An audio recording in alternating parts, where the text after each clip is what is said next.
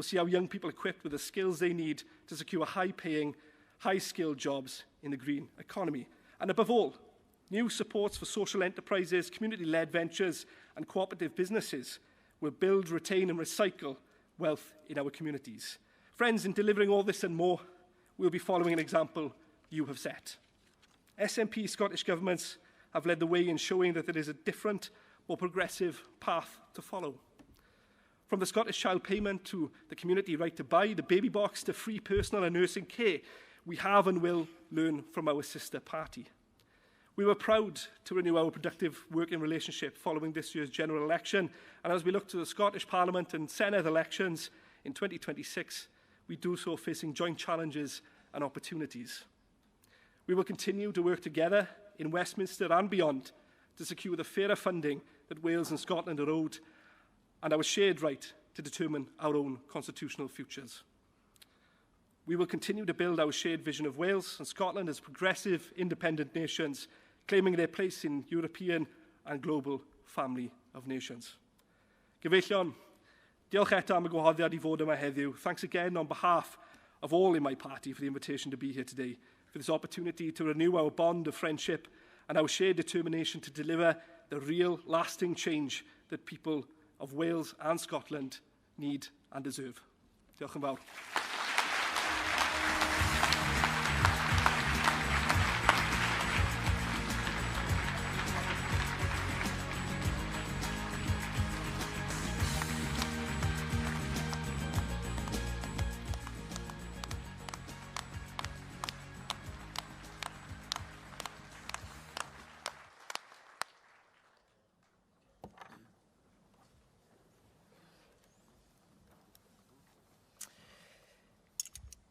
Thank you ever so much, Luke, and we do indeed share the bonds of friendship, and we have deep bonds of a cause that we share to ensure that both the people of Scotland and the people of Wales are free to determine their own future.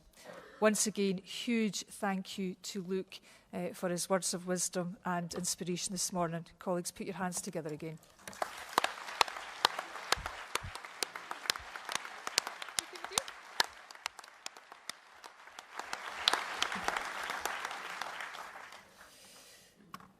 Delegates, as we move forward to our third policy session, this policy session is with respect to international affairs. It will be led by the Cabinet Secretary, Angus Robertson, for External Affairs, and he will also be supported by Stephen Gethins, the Westminster spokesperson on Scotland and Europe. And we also have Cocab Stewart, the Scottish Government Equalities Minister, and we have Graham Day, the Minister for Higher and Further Education and also Veterans. So we will hear from everyone on the panel, and then we will run this session in a manner that we have done with the previous policy sessions. I have a long list of questions previously submitted by party members. I have them in front of me, and I will direct them through the chair. So without much further ado, I will ask Angus to speak, and then we'll hear from the rest of the panel. Angus, over to you.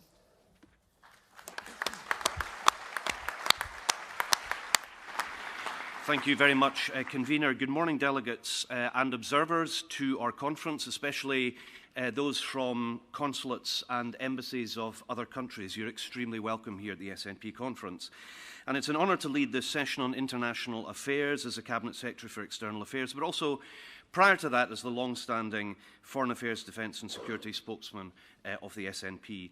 May I begin by addressing recent developments around diplomatic meetings held by the Scottish Government and the unhappiness felt by many about the meeting with the Israeli embassy, whilst the death and destruction is being meted out by Israel on the people of Gaza and indeed in the West Bank too.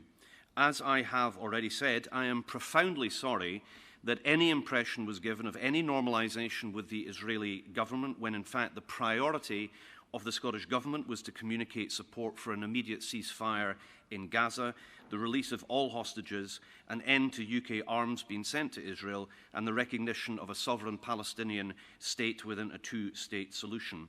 Can I take the opportunity to thank members, especially from the BAME network and SAFI and other affiliates, who've reached out to discuss the issues involved, and I look forward to following up on how we can best keep our focus on holding Israel to account, supporting an end to the violence and a sustainable and peaceful future for Palestinians and for Israelis.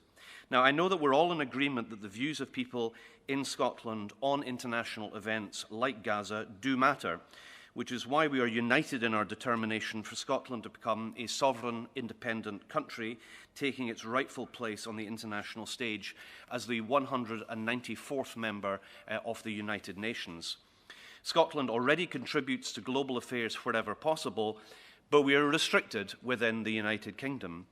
Our devolved Scottish Government has used its limited powers to address global poverty, the climate and biodiversity crisis, and threats to human rights. But without independence, Scotland has been forced into Brexit and compelled to host nuclear weapons against the will of people here.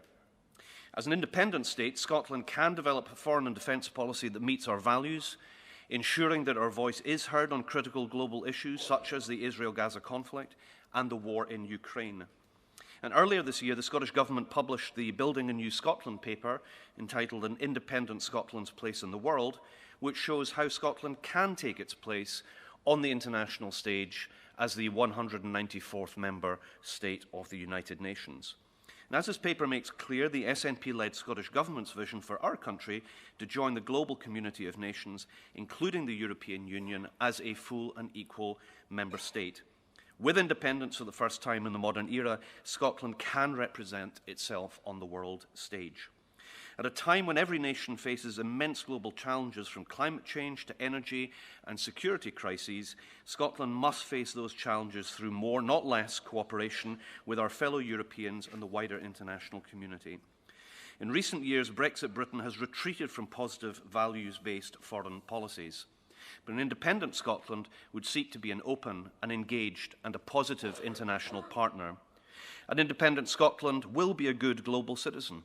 With the full powers of independence, Scotland can build partnerships with other countries and international organisations to address global challenges, to promote human rights and development, to advance an ambitious progressive agenda, to secure agreements in international fora aligned with our values and our interests, and promote innovation, trade and investment. Specifically, the new Building a New Scotland paper proposes policies for Scotland to renew and strengthen its existing relationships on these islands, across Europe and around the world. And in advance of that, the Scottish Government works hard to develop the best relations with neighbouring and other nations, multilateral organisations and partners addressing challenges and opportunities. Let me give you one very concrete example, which is energy. As many of you will know, Europe's biggest economy is pivoting away from Russian gas to power its industry. Germany is moving as fast as possible to hydrogen, an energy source it itself cannot produce enough of. Scotland, on the other hand, will be able to produce so much renewable electricity in the decades ahead that we will be able to export hydrogen at scale. And what is true for Scotland, as a windy nation with considerable offshore potential, is also true for our immediate and northern neighbours. It's true for Ireland. It's true for Iceland, it's true for Faroes, it's true for Norway, it's true for Denmark.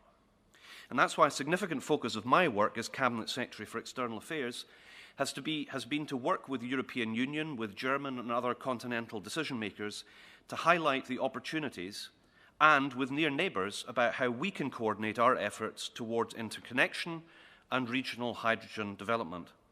We need to do this whether devolved or independent, and we're getting on with this right now. Another development which we're engaging with as never before is Scotland's diaspora. Not just with a network of Scottish Government offices, of trade and investment staff around the world, or over 1,200 global Scots, we're building links with our historic and our more contemporary diaspora. We value anyone who has, or wants to have, a connection with Scotland. The Scottish Government's definition of diaspora is therefore broad, and it is welcoming. And just as we consider Scots as being born here or not, who've lived here or not, who have paid us a compliment of choosing to live here or not, so do we consider our diaspora to be self-selecting and to be inclusive.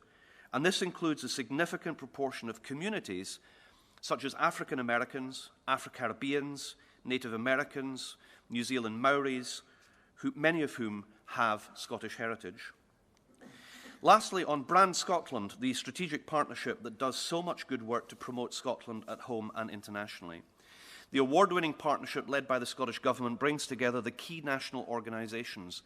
This includes Scottish Development International, Visit Scotland, as well as Scottish Enterprise, Universities Scotland, Highlands and Islands Enterprise, Creative Scotland and Scotland's Food and Drink. All of us have the opportunity to promote Scotland here with family and friends internationally and through our diaspora. So if you haven't already done so, please visit Scotland's online shopfront. It's very easy to find. It's at www.scotland.org. Through that, you can register via the toolbox for excellent videos, fantastic promotional images and campaigns, and you can support and promote Scotland on social media. We can all play our part in promoting Brand Scotland. In conclusion, Business Convener, delegates, many thanks for your interests and support for Scotland's international relations. We all agree that Scotland's links to the rest of the world are profoundly important. It's not always going to be easy to get that exactly right, but we will do our best to stand up for our values and our priorities, just like all other countries in the international community. Thank you very much.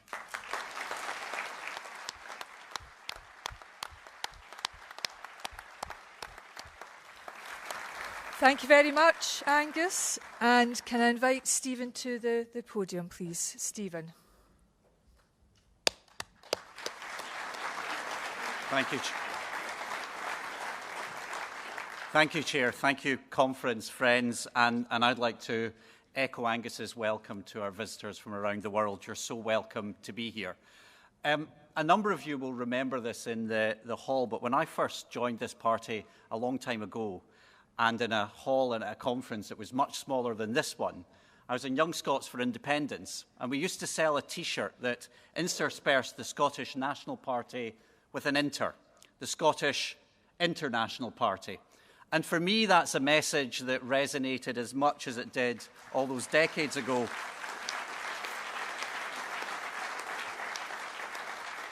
As it does now. And YSI, if you've got any more T-shirts like that, I shall gladly buy one, and I'm sure you'll have a willing audience here who'll buy a few as well.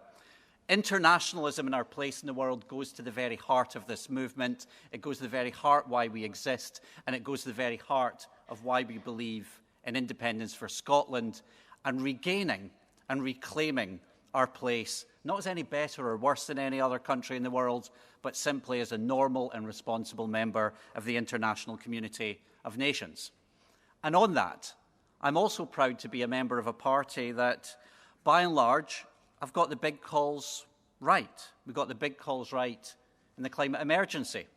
I'm proud to be part of a group that has shown leadership from the very start on a ceasefire in the devastating conflict in Israel and Palestine.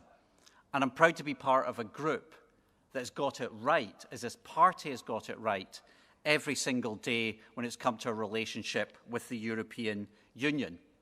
Because being no mistake, Brexit leaves us more isolated, it leaves us less secure, it has a massive impact on our public finances at a time when we're being told there is no alternative to austerity. There is an alternative to austerity. And when you have a Brexit that is costing us unnecessarily tens of billions of pounds, it's contributing to a cost of living crisis that makes us less fair and that makes us poorer.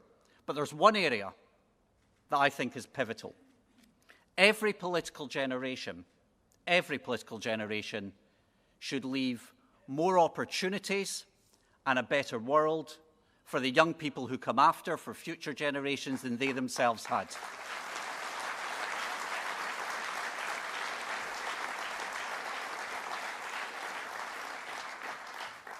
This is the first political generation, not for any wars or for anything that was outside of our control, but for a political decision endorsing a hard Brexit that leaves our future generations with fewer opportunities. That is a basic failing of politics, and is a basic failing of Westminster to each and every person coming after us.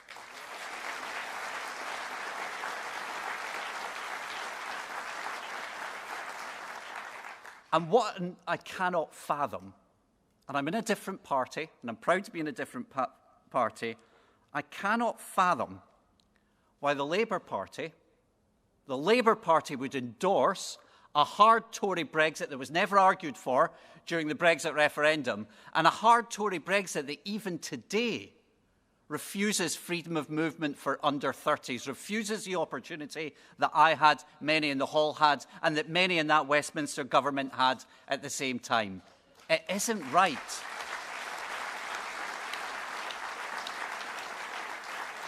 Now, beyond Brexit, I want to talk about why our international policy is so important. It's important in terms of our soft power, the way we gain influence around the world. It's important commercially if we think about our food and drink sector, our whisky sector, our fantastic higher education sector. We've got our outstanding further and higher education minister here with us today.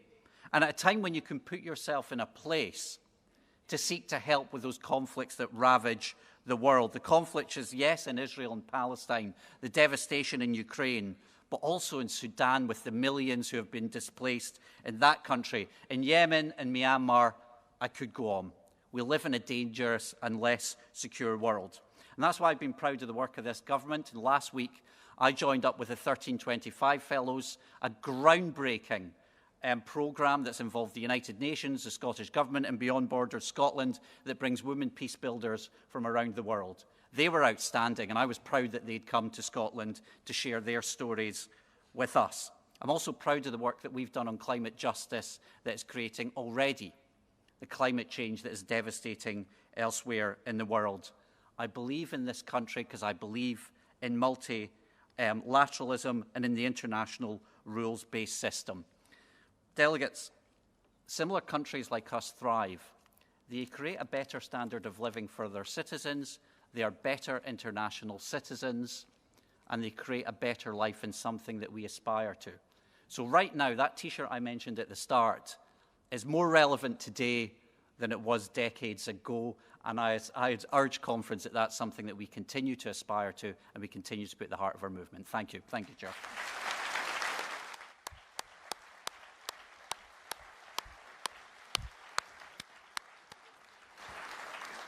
Thank you very much, Stephen. That was certainly inspiring indeed. And you kept to time. That's amazing. And I've been warned. You've been warned. And can I now welcome CoCab Stewart, our Equalities Minister, to the stage to address delegates. CoCab.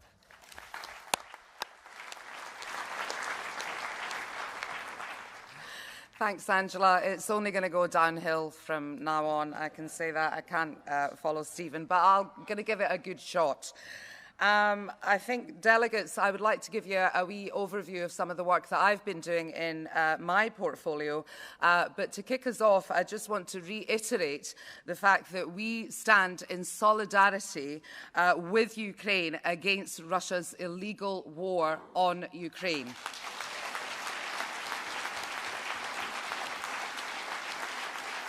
We continue to be proud to offer the Ukrainians sanctuary for as long as they need it. I've had the pleasure of going around the country during the recess and actually hearing from those who have opened their doors. And there are many that have done that. And what's actually happened is that in opening our doors, we've actually opened our hearts as well. And I've been hearing of the gratefulness. And I say to the Ukrainians, you don't need to be grateful. This is Scotland. This is who we are. This is what we do. We welcome people who need our support. And that is in stark contrast to a government that we have had before. And the one we have now, well, the jury's out. We're waiting with bated breath. Maybe we can give them some lessons and good practice that they can learn from here. So the New Scots delivery plan, it takes me nicely onto that. I was very proud to launch that. However, I want to pay tribute to the fact that there's been over a decade of work that has gone into crafting a sort of like a embedded collaborative piece of work with COSLA, with the Scottish Refugee Council and with the Scottish Government. So I think that it's a brilliant example where people have come together as equal partners to make sure that all of us actually serve those that are seeking refuge and asylum in Scotland, to make sure that they feel at home from day one of arrival, which is a lot of hard work. It's a lot of services coming together, but once again, we are stepping up in that. There's no apology about the fact that it is ambitious. Some of those sort of like aims in it will take us time to deliver, but we can take our time and do it well. And we can do it with compassion, we can do it with humanity, and we can do it with dignity.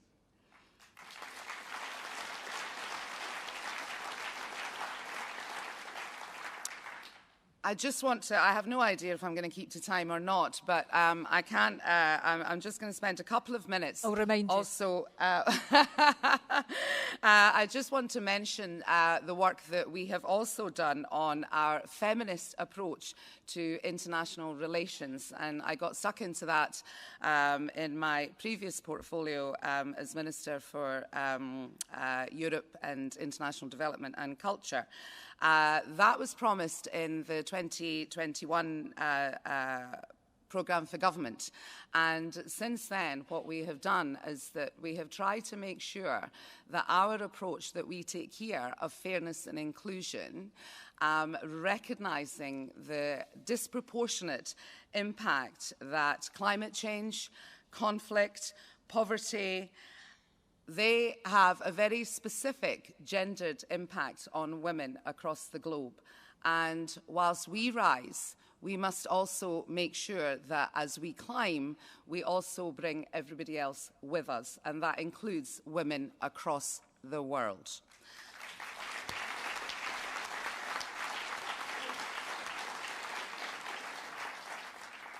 So, delegates, I'll bring my remarks to a close, but I will end on the fact that I recognise fully that Scotland is not without its problems. We absolutely recognise that we have issues that we need to work through and talk about, but we have been horrified by the scenes that we have seen that have not come as a surprise to many of us, including myself. I certainly lived through the 80s, where I saw the rise of the National Front and the British National Party, and it has been a very difficult time for members of all of our communities, especially ones that of our colour. And I have been proud of Scotland's response, that we are rejecting and continue to reject that hatred. And I will leave us on that note, that I know that every single person in this room will join us in standing in solidarity with all of our communities.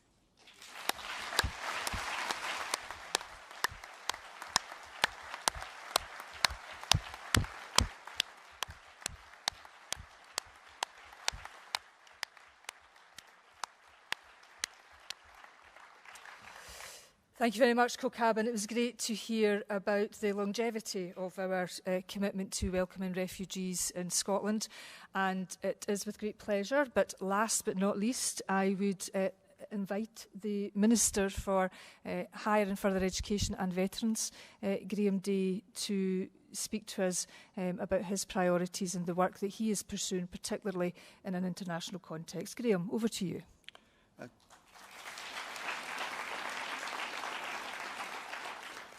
Thanks, Angela, and good morning, conference. The principal areas of international interest in the post-16 education space are essentially university-related: research cooperation, attracting international students, allowing our students and staff to re-engage with their peers after the loss of Erasmus, and taking our teaching offering out into the world. All of them incredibly important economically and reputationally for Scotland, and that's why we're working in active partnership with our higher education sector. On research cooperation and international engagement, the reputation of our institutions in the research space has helped mitigate the impact on relationships. And we are looking to build on that. For example, I'm meeting the German Research Foundation here in Edinburgh tomorrow in support of a programme involving our two nations. Developmental work on the bespoke Scottish scheme to plug the gaps in touring is the subject of close collaboration with university colleagues, and that continues. Ideally, we would all want to return to full participation in Erasmus, and that's a topic I hope to air with the UK Government when an opportunity arises. But in the meantime, we have been developing our own approach. The pilots that we ran last year are being formally assessed, but from what I've seen, they were overwhelmingly successful in reconnecting or making new connections. And despite the huge budgetary challenges facing us, it's important that we seek to build on that and bring the further education and wider youth sectors into the mix. But right now, our university's principal focus is on promotion of Scotland as the come-to destination for higher education, in order to mitigate the damaging impact of the actions and the anti-immigration rhetoric of the last UK government.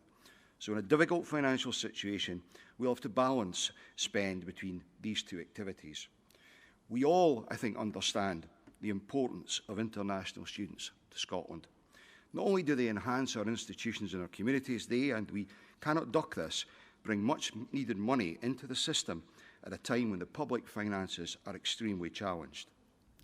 The anti-immigration stance of the last UK government, especially where it manifested itself in the form of restricting access to post-study visas, did enormous harm. We need to distance ourselves from that kind of rhetoric and actions and remind would-be international students both of the quality of the education they will receive in Scotland and the fact that this is a welcoming country. We want international students to come here, we want them to study here, and crucially, we want them to stay here. That's why we are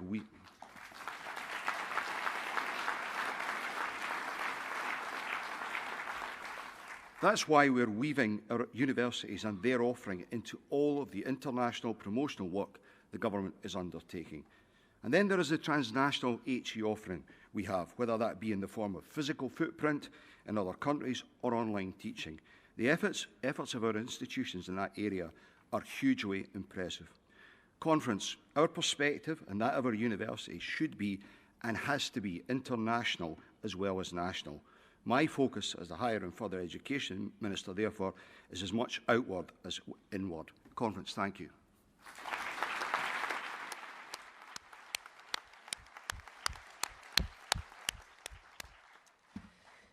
Thank you very much, Graham. And as I intimated earlier, delegates, I have a somewhat long list of questions that have been previously submitted for our panel today. And unsurprisingly, given that conference united around an emergency resolution on Friday, reiterating this party's long-standing and continuing support for the people of Palestine, and how we move forward and how we can take additional actions to further that case and further the calls for an immediate ceasefire and end to the inhumane suffering of men, women and children in Gaza. So, unsurprisingly, there is a number of questions on that conflict. And in essence, from Michael Grigori and other delegates from around the country, can I pose to both Angus Robertson and Stephen Geffens the question, does the party agree with the ICC and its decision of Benjamin Netanyahu being a criminal, and what will the Scottish Government do to help the men, women and children suffering in Palestine? And who would like to go first? Stephen or Angus? Angus. Happy to go first. So the first thing, I think the SNP has, as long as I've been a member, held up international law and the rules-based order as being absolutely key to the international community that we want to be a part of. And that involves international law, it involves the international courts, it involves international justice. And as many people in the room will be aware, the chief prosecutor of the ICC, who happens to have been born in Scotland, Karim Khan, issued arrest warrants both for a number of Israeli leaders, including the Prime Minister, and also for Hamas leaders at the same time. I think it's important that the international courts are able to do what they are supposed to do, and we have to support them in their work. So there's a responsibility for countries to deliver on the requests for warrants. The UK objected in the first instance to that. I think it has subsequently walked back from that. That's very welcome. At the same time, so that's what's happening with the ICC. There's also, at the same time, the International Court of Justice, and it issued an advisory ruling in July on the Israeli occupation that I know is at the forefront of people's minds, as well as the violence and being inflicted on the people of Gaza. And there's also the South African case that's been brought in relation to genocide. So all of these things really, really matter. And I think we need to do everything that we can and should do to support international justice delivering. So that's something, unfortunately, that we're not able to do directly because we're not an independent state yet. But will we call on the UK government, and no doubt Stephen and colleagues at Westminster will be making sure that the case is made, that we support the International Criminal Court, we support the International Court of Justice. They should be able to get on with what they are seeking to do, and they should be supported if they require arrest warrants to be acted on. And if people are found guilty of serious charges, including genocide, then it is justice that they should face. Thank you. Stephen? Thanks for that. That's a really good question. As I mentioned in my speech, and Angus has illustrated, this party that believes in the international rules-based system. That can be challenging sometimes, but I think that the rules of the International Criminal Court, and as Angus has said, highlighting the role of the International Court of Justice, are really important. I'd also urge that we need to have the same respect for international tribunals as we would for our own domestic tribunals, and that means that the rules around how we refer to those who have had allegations made against them and elsewhere be respected. We must give the court the space to be able to do its job, as Karim Khan has ably illustrated, and I wasn't aware until Angus mentioned that he'd been born in Scotland. I also think Angus was right to flag that the UK objections initially were wrong. And the first time I spoke in this Parliament, it was actually to flag the importance of the international rules-based system in a question to Keir Starmer in the week after the election. I think that my colleagues in the SNP group at Westminster, at Stephen Flynn and others, showed outstanding leadership on this issue, and that's something that we will continue to do. Angus is right that the UK has a wide range of responsibilities, and so we as a group will continue to make our voice heard, and in particular make our voice heard on the international rules-based system and some of the important work being done by these international tribunals who deserve our support and are carrying out their work in the most astonishingly difficult set of circumstances as well. Thank you. Thank you, Stephen.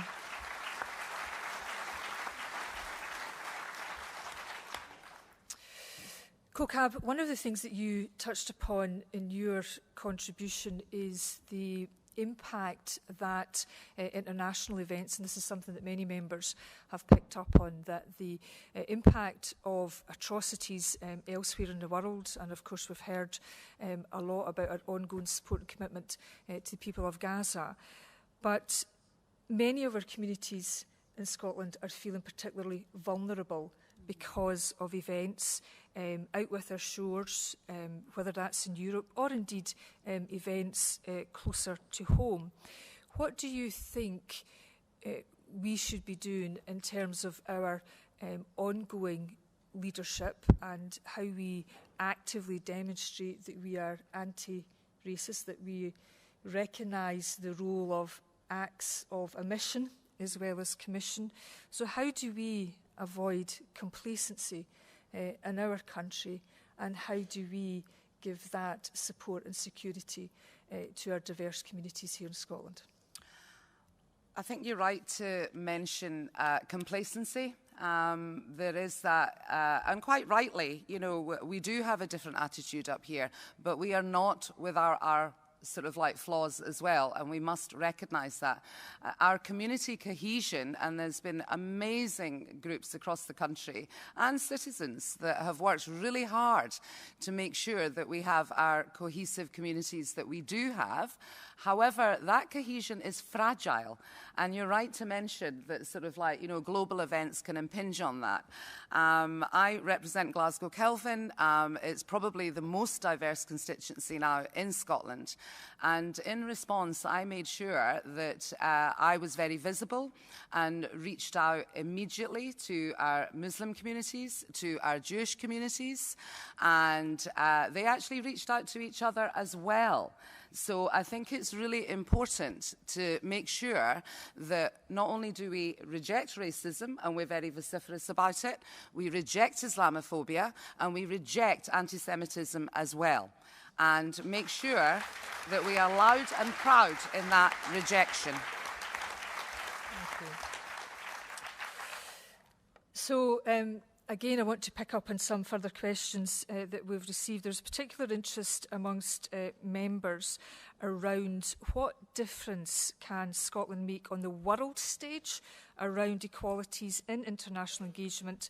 And of course, both COCAB and Stephen mentioned the measures like the Feminist Foreign Policy Strategy and support with Beyond Brothers on the UN Security Council Resolution 1325 on women, peace and security. So I'll start with Stephen on this occasion, and COCAB and others are welcome to come in as well. So thank you, and thanks for that question. Look, with the normal powers of independence, you can do so much more, but actually Scotland is already delivering very significant soft power actor in the world. I've seen the work that Scottish NGOs have done in some of the most difficult and intractable conflicts around the world. I've seen the work of that in the Scottish Government. I also have to say, a long time ago, and I'm somebody who worked in areas affected by conflict and spent time living in the Caucasus, I was able to see the work that a long time ago Angus Robertson was doing in that area by bringing people together and talking to people about some of those really tricky conflicts. And even at that time, a long time ago, just being impressed by Scotland's power of convenership, but actually Angus's power of convenership on that as well. And right now, by providing leadership in areas such as the climate emergency, which has been really important, we've seen that consistently, by, I hope, providing some leadership at Westminster and pushing back on the received wisdom around the conflict in Israel-Palestine, also on issues like Brexit and our security, but also in implementing that feminist foreign policy, which in of itself is a leading measure and is aligning us with a large number of countries and is being looked on with interest. So I'm desperate for the day when we've got the full range of powers, but already the Scottish Government is, within the limited powers it's got, making a huge difference, and it's being noticed overseas. Thank you. Thank you.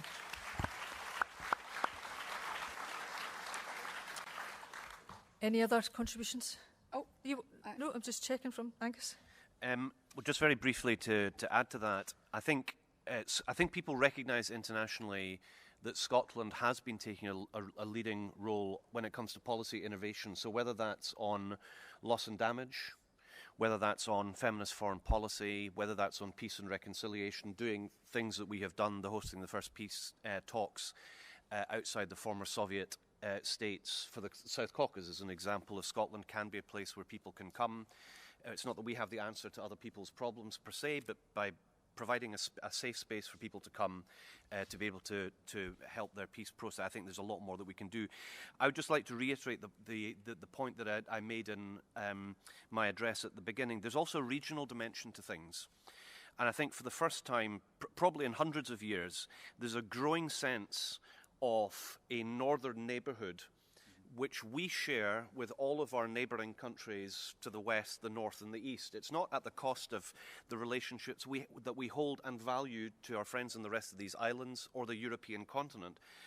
But there's so much that unites us in our northern neighbours when it comes to energy, when it comes to security, when it comes to sharing best practice on things like education or rurality And Scotland has been one of the first adopters of that. So at the Arctic Assembly. Scotland is there every single year.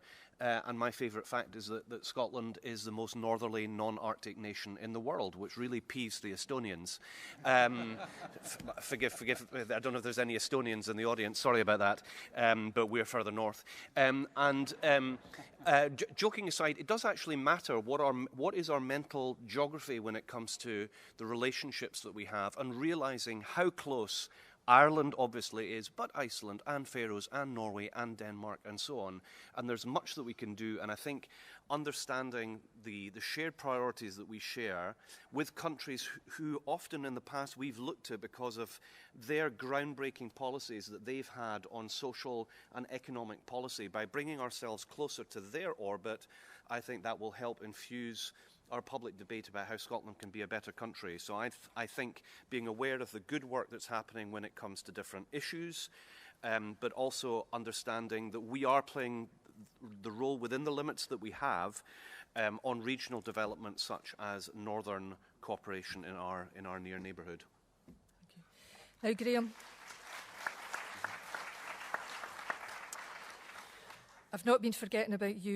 You have spoken a lot in recent times about how higher education in Scotland attracts international students and the benefits and importance of that.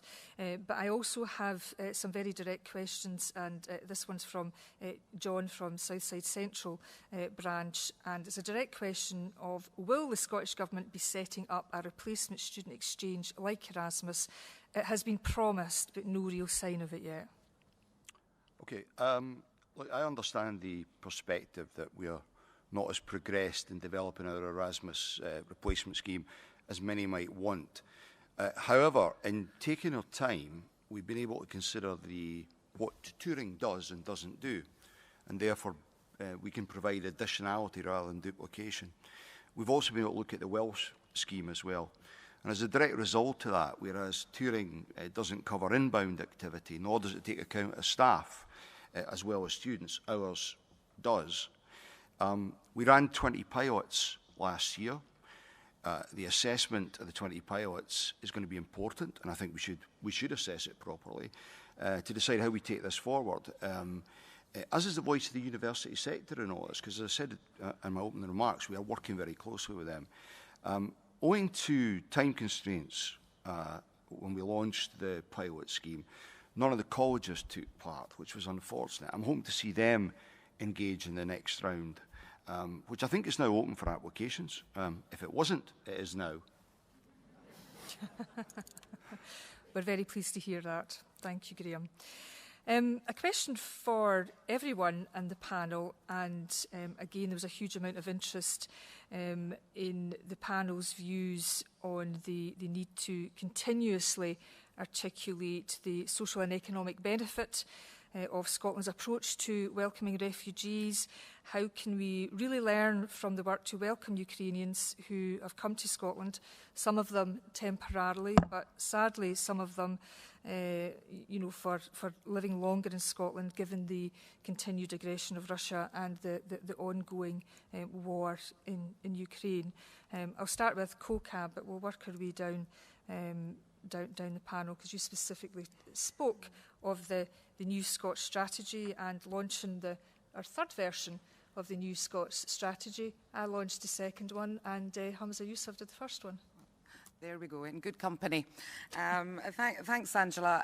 I think you talk about the social and economic benefit, but there's also the cultural benefit as well within that. I think what's different, I suppose, is that it's a holistic approach to supporting humans. So their talents, their interests, but also taking a trauma-informed approach, because remember, people have left family members behind, so they need that support as part of that recovery as well, and making connections in a new land. I mean, it's a frightening thing to have left everything behind and then rebuild your life when you don't have the language. So I did speak to a young woman in Argyll and Bute, actually, and she'd done her degree in Ukraine. And over here, in the last year and a half, she has managed to take advantage of the ESOL provision. She was able to learn the language. She has now completed her postgraduate in teaching, and she just started working as a primary school teacher in the local primary school there. So it was an amazing achievement. There are 12 Ukrainian children. It's a joint campus. There's a primary school and a secondary school.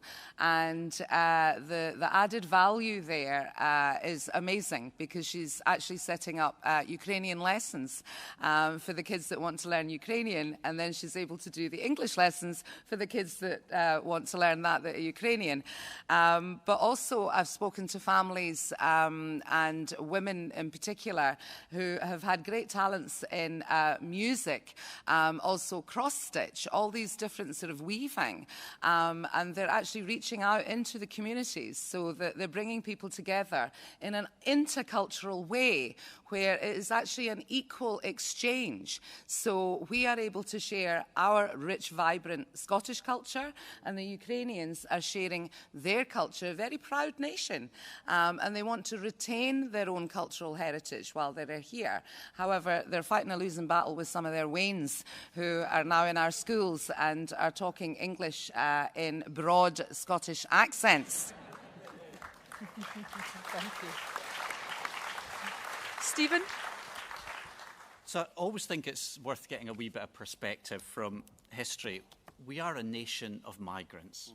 Our economy, our society has been driven by migrants. There's not one of us in this hall that somewhere down the line, some more recent, some more distantly in the past, have a refugee or a migrant who has come here. And they've come here and they've enriched our society, they've enriched our economy, they've made Scotland a better place to live and work. And actually, I think that's really worth thinking about, because that's something that should inform our debate. And actually, when we saw the nature, and I'm sorry to say the nature of the debate in recent times in the way that we talk about migrants, we talk about the desperate people piling into rubber dinghies to cross the English Channel. Remembering that human side of it is really important. I'm really proud to be part of a party that has remembered that human side. And the way COCAB talks about it, that's important. How we talk about this issue counts. And I'm going to mention two last things. One of the members, I think a poet who's a member in Perth, Jim McIntosh, has just written a fantastic poetry anthology about the human circumstances of migration. And it really reminds us that this is a human story. This is about people. And we should do well always to remember that. And while I'm on books, Angus talked about the Northern Neighbourhood. Of course, you can read about that, the Northern Neighbourhood, in an excellent book, Scotland's Foreign Policy Footprint, by Professor Stephen Gethins, which I'm sure is still available in all good bookshops. Yeah, very good read. Utterly shameless. Angus. So no shameless book plugs here. No more book plugs, Angus. Definitely Absolutely not. Definitely not. So, all joking aside, I mean, I feel quite struck by this debate. My mother was a refugee. And came to these shores because of the Second World War, and grew up, frankly, very traumatised by her childhood experiences. I grew up in that. My first language isn't English. My first language is German. I speak German with my children. And so this discussion we're having about recognising the circumstances in which people come here, the fact that it's not always easy, the fact that people are often trying to hold on to something from a country they left, a country that might not actually exist in the same way as it did when they lived there or left, is something that resonates very strongly with me. So when I hear what COCAB was saying, for example, about Ukrainians who have come here, I just think that, all praise to her, to Neil Gray, who also fronted up the Scottish Government's efforts in offering a warm welcome to Ukrainians who are here. The conversations I've had with Ukrainians who've come here, they love Scotland. And they love the fact that they have a place in Scotland, and I love the fact that they feel that way. And it makes me proud of my country that they and others from other countries and other circumstances, often extremely testing, have come here and have made their home here. And it leads me to think of another thing, and I'm going to hand back the mic in a second. I could talk forever about this. When we're talking about diaspora, a thing that we've kind of taken for granted, people who left centuries ago, We're losing the fact that the diaspora is actually an emerging and a changing thing. And these people form part of Scotland's diaspora. It's not just a one-way, those that left, it's also the people who came and their relationship, an ongoing relationship that they have with the country that they have come from. And I think that behoves us to think a little bit more and differently about how do we make more of that. For Poles, for example, think of all the tens of thousands of Poles who've come to Scotland and still have connections in Poland. What are we doing with that? We're trying to do more with that, is the answer. So I think thinking about all of this in the round, the fact that this goes back to the T-shirt, and it's much more than the T-shirt. We are Scotland's international party. We are hardwired into that thinking. And I'm really proud of what the Scottish Government does to make sure that people who come here, regardless of where they come from, are welcome. And we need to do everything that we can to keep all of that going.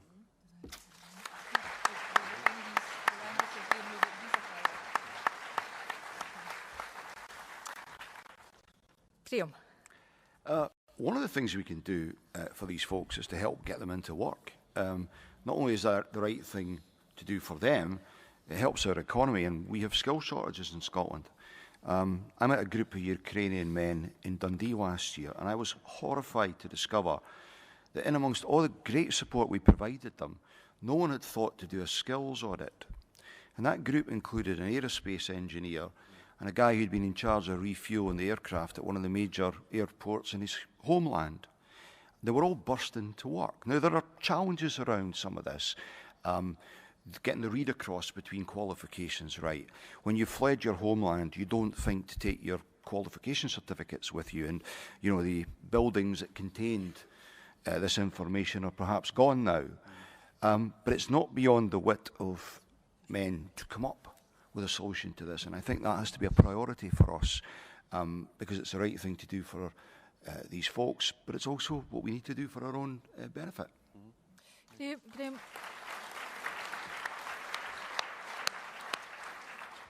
Are you therefore involved in the work to push for a visa pilot in terms of the representations that are made to the UK government, or is that as much a cross-portfolio endeavour between equalities, international and education?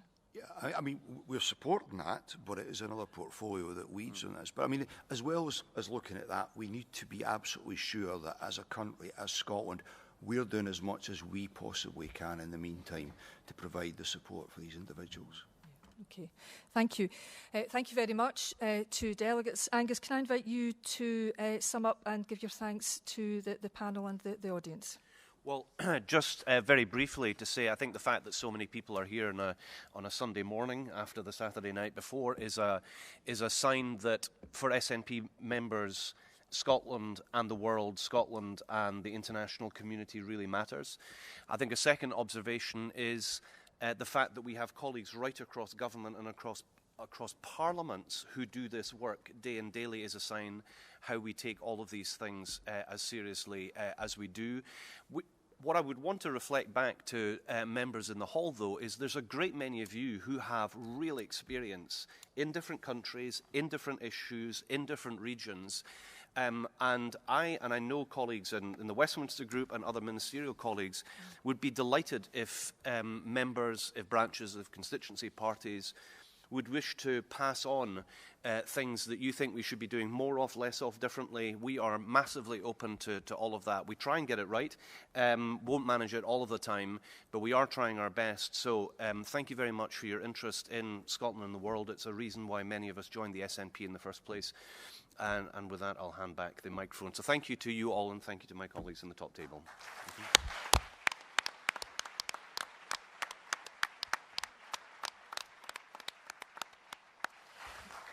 Thank you very much to our panel. We are now moving on to the next session of our morning business, and we've got a number of resolutions to deal with. So if you can just bear with us a wee moment while we change some of the furniture around a wee bit.